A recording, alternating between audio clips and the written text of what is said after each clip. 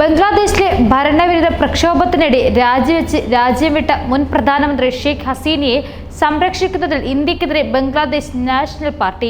ഹസീനയുടെ Awami League പാർട്ടിയുടെ പ്രധാന എതിരാളികളാണ് Bangladesh nationalist party. ശത്രുവിനെ സഹായിക്കുന്ന നിലപാട് ഇന്ത്യ സ്വീകരിച്ചാൽ പരസ്പര സഹകരണം പ്രയാസമായിരിക്കുമെന്ന് BLP മുതിർന്ന നേതാവ് ഗയേഷർ റോയ് പറഞ്ഞു. ബംഗ്ലാദേശിന്റെയും ഇന്ത്യയുടെയും പരസ്പര സഹകരണത്തിലാണ് BLP വിശ്വസിക്കുന്നത്. എന്നാൽ തങ്ങളുടെ ശത്രുവിനെ സഹായിക്കുന്ന നിലപാട് ഇന്ത്യ സ്വീകരിച്ചാൽ പരസ്പര സഹകരണം പ്രയാസമായിരിക്കും. ഷെയ്ഖ് ഹസീനയെ അധികാരത്തിൽ തിരിച്ചെത്തിക്കുന്നതിൽ ഇന്ത്യയുടെ പിന്തുണയുണ്ടാകുമെന്ന് ബംഗ്ലാദേശ് മുൻ വിദേശകാര്യമന്ത്രി സൂചിപ്പിച്ചിരുന്നു. ഹസീനയുടെ ബാധ്യതകളുടെ ഭാരമാണ് ഇന്ത്യ വഹിക്കുന്നത്.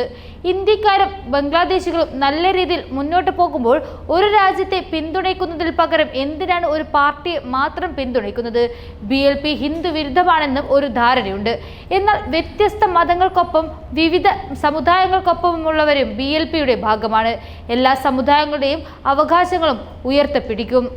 അദ്ദേഹം കൂട്ടിച്ചേർത്തത് ഇങ്ങനെയാണ്: നേരത്തെ ഷെയ്ഖ് ഹസീന സർക്കാരിനെ താഴെയിറക്കിയതിൽ പാകിസ്ഥാനും പങ്കുണ്ടെന്ന് ബംഗ്ലാദേശ് രഹസ്യാന്വേഷണ റിപ്പോർട്ടിലുണ്ടായിരുന്നു. പാകിസ്ഥാനെ അനുകൂലിക്കുന്ന BLP സർക്കാർ ഉണ്ടാക്കുകയെന്ന ലക്ഷ്യത്തോടെ പാക് സൈന്യം ISIയെയും സഹായിച്ചിരുന്നുവെന്നായിരുന്നു റിപ്പോർട്ടുകൾ പറഞ്ഞിരുന്നത്. മുൻ ബംഗ്ലാദേശ് പ്രധാനമന്ത്രി ഷെയ്ഖ് ഹസീനയുടെ യാത്രാ പദ്ധതികളെക്കുറിച്ച് ഇന്ത്യൻ സർക്കാരിന് ഒരു തരത്തിലുള്ള അപ്ഡേറ്റുകളും ഇല്ലെന്ന് വിദേശകാര്യ മന്ത്രാലയം. ബംഗ്ലാദേശിനെ സംബന്ധിച്ചിടത്തോളം സ്ഥിതി ഇപ്പോഴും വികസിച്ചുകൊണ്ടിരിക്കുകയാണെന്ന് MEE വക്താവ് രൺധീർ ജയ്സ്വാൾ പറഞ്ഞു.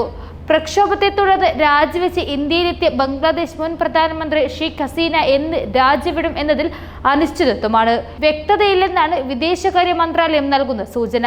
ഹസീനയുടെ അടുത്ത നീക്കം എന്താണ് എന്ന് വാർത്താസമ്മേളനത്തിനിടെ മാധ്യമങ്ങൾ ചോദിച്ചപ്പോഴാണ് പുതിയ വിവരങ്ങൾ ഒന്നും നൽകിയില്ല എന്ന് മന്ത്രാലയ വക്താവ് പറഞ്ഞിരിക്കുന്നത്. അവിടുത്തെ സാഹചര്യങ്ങൾ മാറി മറിയുകയാണ്. ഇടക്കാല സർക്കാർ വ്യാഴാഴ്ച അധികാരത്തിലേറ്റു. ബംഗ്ലാദേശിലെ ജനങ്ങളുടെ താൽപര്യങ്ങളാണ് ഇന്ത്യ പ്രാധാന്യം നൽകുന്നത്. അവിടുത്തെ ന്യൂനപക്ഷങ്ങളുടെ സ്ഥിതി സംബന്ധിച്ചുള്ള കാര്യങ്ങൾ നിരീക്ഷിക്കുന്നുണ്ടെന്നും അദ്ദേഹം കഴിഞ്ഞ ദിവസം കൂട്ടിച്ചേർത്തിരുന്നു. അതിനിടെ ബംഗ്ലാദേശിലെ സംഭവ വികാസങ്ങളെക്കുറിച്ച് വിദേശകാര്യമന്ത്രി S ജയശങ്കർ UK വിദേശകാര്യ സെക്രട്ടറിയുമായി സംസാരിച്ചിരുന്നു. പശ്ചിമേഷ്യയിലെയും ബംഗ്ലാദേശിലെയും കാര്യങ്ങൾ ഇരു നേതാക്കളും ചർച്ച ചെയ്തു.